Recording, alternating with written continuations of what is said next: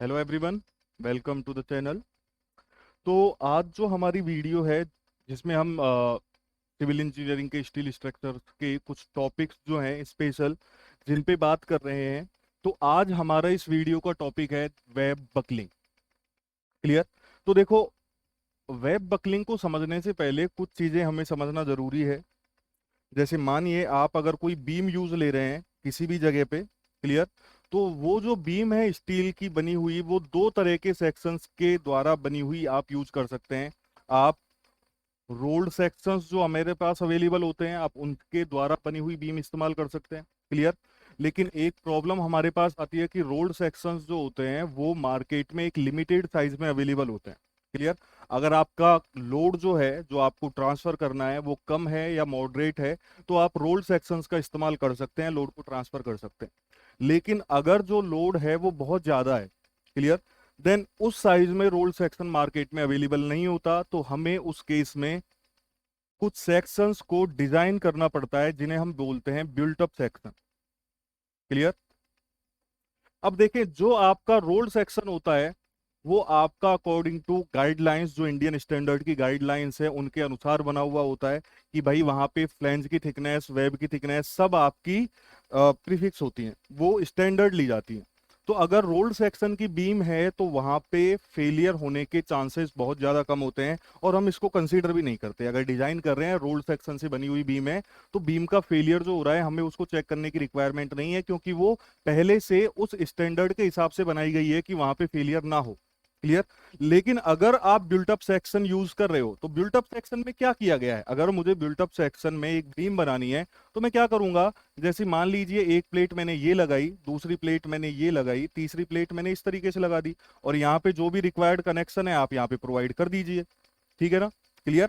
अब ये आपके पास एक बीम बन गई। लेकिन प्रॉब्लम ये है कि ये जो सेक्शंस मैं बना रहा हूँ बिल्टअप सेक्शन, ये बहुत ज्यादा लोड के लिए बनाए जाते हैं। तो यहाँ पे आप मेंबर्स की थिकनेस को बहुत ज्यादा नहीं रख सकते। क्यों? क्योंकि वो ऑब्वियस सी बात है, इस सेक्शन का वेट बढ़ाएंगे और कॉस्ट ऑफ कंस्ट्रक्शन भी बढ़ाएंगे। तो यहाँ पे जो आपके पास वेब है, इसकी थिकनेस को कंपेरेटिवली कम रखा जाता है, तो इसके फेल होने के चांसेस भी ज्यादा होते हैं। क्लियर? तो अगर बीम की बात की जाए तो बीम में जनरली दो तरह की बकलिंग हम पढ़ते हैं या फेलियर पढ़ते हैं, जिनमें से एक होता है आपका वेब बकलिंग और दूसरा होता है आपका वेब क्रिपलिंग। तो इस पर्टिकुलर वीडियो में हम वेब बकलिंग के बारे में पढ़ने वाले हैं। देखें जरा, जैसे देखो, ये डायग्राम आप देख सकते हो। पहली बात तो बकलिंग क्या होती है कि भाई अगर आपके पास कोई लोड आ रहा है, उसकी वजह से अलोंग द लेंथ अगर आपके कॉलम में डिफॉर्मेशन आ गए तो वो वेब बकलिंग कहलाती है, जैसा आप यहाँ पे देख सकते हो। ठीक है? एक्चुअली क्या होता है कि अगर मैं कोई बीम सेक्शन यूज कर रहा हूं, और आप मान लीजिए आपने जो बीम लगाई हुई है वो कुछ इस तरीके से। क्लियर ना? यहाँ पे आपका सपोर्ट है, जो कॉलम वगैरह लगे हुए हैं वो इस पर्टिकुलर साइड में लगे हुए हैं। यहाँ पे मान लीजिए इस बीम पे किसी एक पर्टिकुलर जगह पे आपके पास कुछ लोड आ रहा है।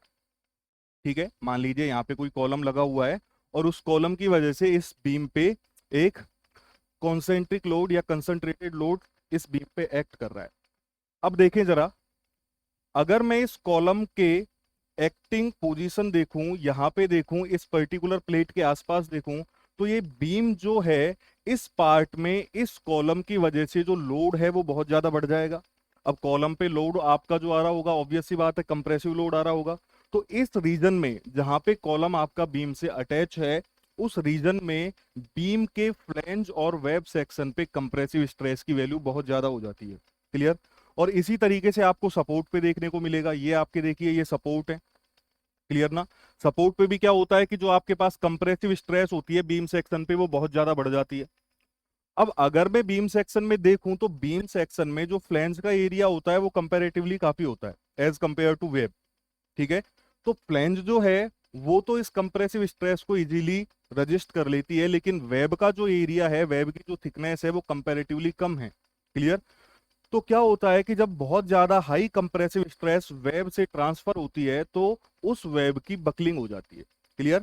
वेब जो है आपका बकल हो जाता है, और इस तरह का जो आपके पास केस बनता है इसे वेब बकलिंग बोलते हैं। एक्चुअली क्या है ना, जब हम बीम डिजाइन करते हैं तो जो बीम का वेब पोर्शन है इसको एज अ कॉलम कंसीडर किया जाता है। ये कॉलम की तरह ही तो बिहेव कर रहा है।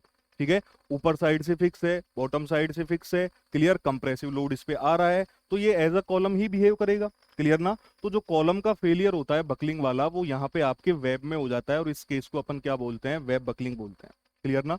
तो ये ध्यान रखना कि वेब बकलिंग आपकी किसकी वजह से हुई, ये आपकी बहुत ज्यादा कंप्रेसिव स्ट्रेस की वजह से यहाँ पे वेब बकलिंग हुई, क्लियर। दूसरा जो फेलियर होता है हमारे पास, क्रिपलिंग फेलियर या वेब क्रिपलिंग फेलियर, उसमें जो फेलियर होता है वो ज्यादा बियरिंग स्ट्रेस की वजह से होता है, क्लियर ना। जो लोड आपका फ्लैंज से वेब पे ट्रांसफर हो रहा है, तो ऑब्वियस सी बात है ट्रांसफर होगा, सेक्शंस आपके आपस में कनेक्ट है, तो जाहिर सी बात है जो आपका जॉइंट होगा, जो आपका कनेक्शन लेवल होगा, वहां पे बहुत ज्यादा बियरिंग स्ट्रेस डेवलप हो जाती है, और उसकी वजह से वेब आपका क्रश हो जाता है, उसको वेब क्रिपलिंग बोला जाता है। उसके बारे में किसी दूसरी वीडियो में बात करेंगे। अभी हमारा मेन कंसर्न है वेब बकलिंग के बारे में, क्लियर।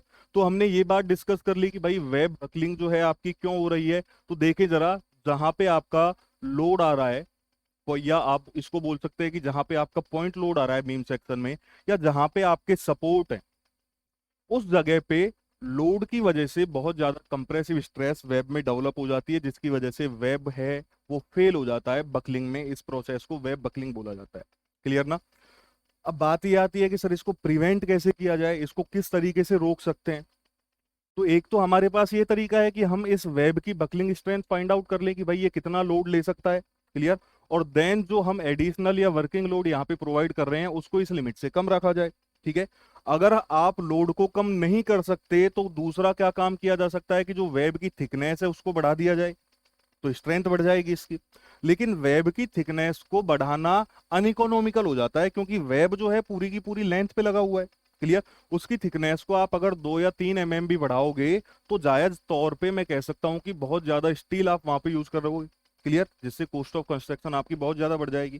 तो तीसरा और सबसे आसान यहाँ पे जो आपके पास केस निकल के आता है, दैट इज, वो केस होता है आपके पास कि भाई आप स्टिफनर्स यूज ले लो। तो यहाँ पे स्टिफनर्स यूज किए जाते हैं इस वेब बकलिंग को प्रिवेंट करने के लिए, क्लियर। स्टिफनर्स के बारे में भी किसी और वीडियो में बात करेंगे अपन। अभी हमारे पास मेन कंसर्न है कि अगर वेब बकलिंग हो रही है तो इस वेब की बकलिंग में स्ट्रेंथ कितनी है, उसको किस तरीके से फाइंड आउट किया जाएगा। देखें जरा, इस चीज को समझने के लिए यहाँ मैंने एक डायग्राम लिया है।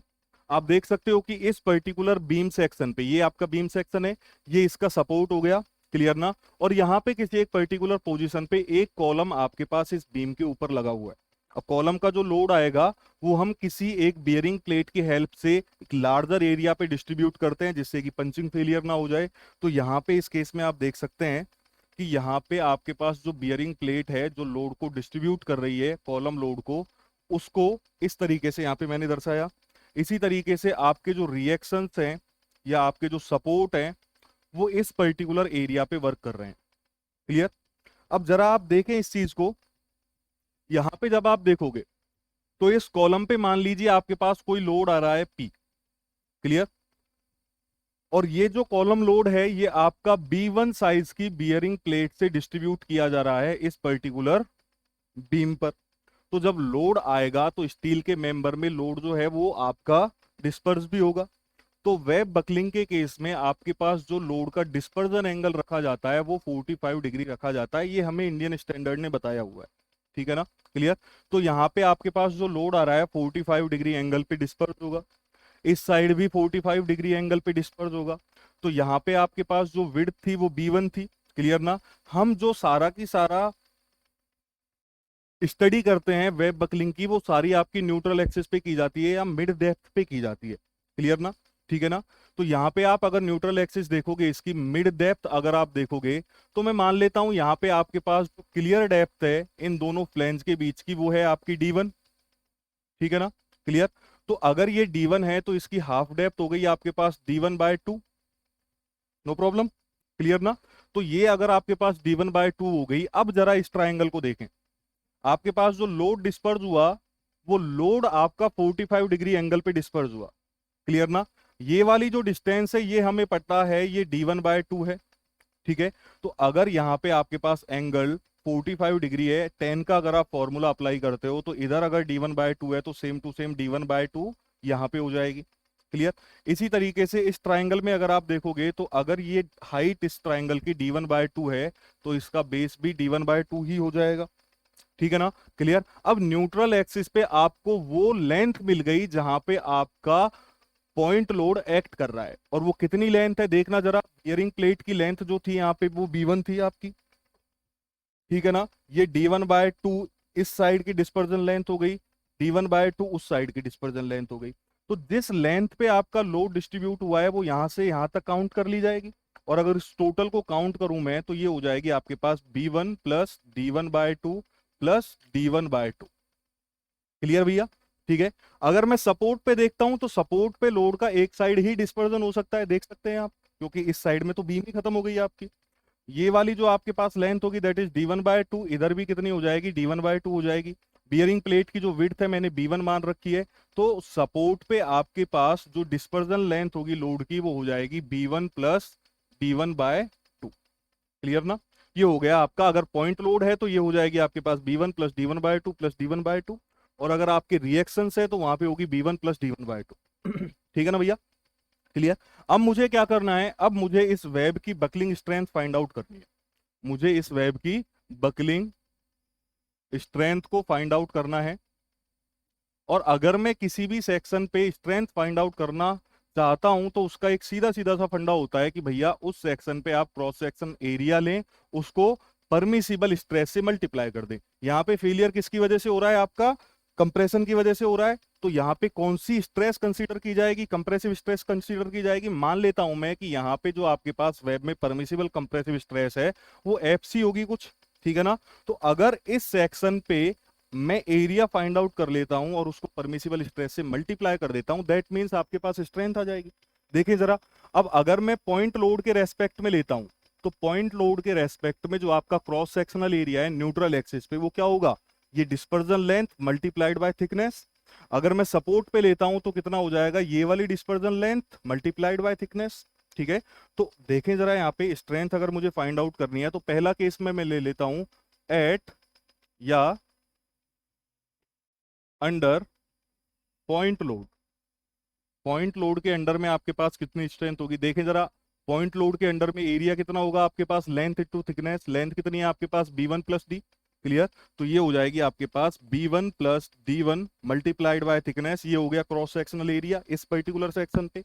मल्टीप्लाई कर दीजिए आप परमिसिबल कंप्रेसिव स्ट्रेस से, तो ये आपके पास आ गई बकलिंग स्ट्रेंथ इस वेब की, कहां पे, पॉइंट लोड के नीचे, ठीक है। तो ये आपके पास बकलिंग स्ट्रेंथ हो गई। इसी तरीके से अगर मैं सपोर्ट पे फाइंड आउट करना चाहता हूं, एट सपोर्ट, अगर मुझे सपोर्ट पे फाइंड आउट करना है तो प्रोसीजर अपना सेम है। सपोर्ट पे जो न्यूट्रल एक्सिस है जहां पे हम कंसीडर कर रहे हैं फेलियर को, वहां पे आप उस सेक्शन का एरिया फाइंड आउट करें, परमिसिबल स्ट्रेस से मल्टीप्लाई करें। तो अगर यहां पे मुझे एरिया चाहिए तो क्या होगा, that length multiplied by thickness. तो यहां पे लेंथ कितनी है आपके पास, that is B1 plus D1/2। Thickness कितनी है आपके पास T, मल्टीप्लाई कर दीजिए परमिसिबल कंप्रेसिव स्ट्रेस से। ये क्या आ गई आपके पास, ये बकलिंग स्ट्रेंथ आ गई सपोर्ट पर, ठीक है ना। तो अगर आप बकलिंग स्ट्रेंथ वेब की निकाल पाते हो इन फॉर्मूलों की हेल्प से, तो हमारे पास क्या क्राइटेरिया आ गया कि आप जो अब लोड अप्लाई कर रहे हो, ठीक है ना, क्लियर, बीम पे, वो इस बकलिंग स्ट्रेंथ से कम होना चाहिए। अगर कम होगा तो आपके पास वेब जो है वो बकल नहीं होगा, अगर इससे ज्यादा होगा तो वेब आपका बकल हो जाएगा, ठीक है, क्लियर। इसके अलावा भी और तरीके होते हैं वेब बकलिंग को रोकने के लिए, जैसे हमने बात की थी कि भाई इसकी थिकनेस को बढ़ा दीजिए आप, या यहाँ पे सुटेबल स्टिफनर्स लगा दीजिए। वो भी क्या करेंगे कि फ्लैंज के लोड को डायरेक्ट लोअर फ्लैंज पे ट्रांसफर कर देंगे। दैट मीन्स जो सारा लोड अभी किससे जा रहा था, वेब से जा रहा था, वो उस स्टिफनर से भी जाने लग जाएगा। तो ऑब्वियस सी बात है जो वेब का लोड होगा उसमें रिडक्शन आ जाएगा, वेब आपका फेल होने से बच जाएगा, ठीक है ना भैया, क्लियर। तो ये अपना एक तरह का फेलियर था बीम में। और भी जो फेलियर होते हैं उनके बारे में हम और शॉर्ट वीडियो बना के बात करेंगे, क्लियर। इसके बारे में आप अगर PDF चाहते हैं, इस पर्टिकुलर लेक्चर की PDF जो है आपको टेलीग्राम चैनल पे मिल जाएगी स्वेट एकेडमी के, और उस टेलीग्राम चैनल की जो लिंक है आपको इस वीडियो के डिस्क्रिप्शन में मिल जाएगी, क्लियर। सो इस वीडियो में इतना ही, थैंक यू, गुड डे।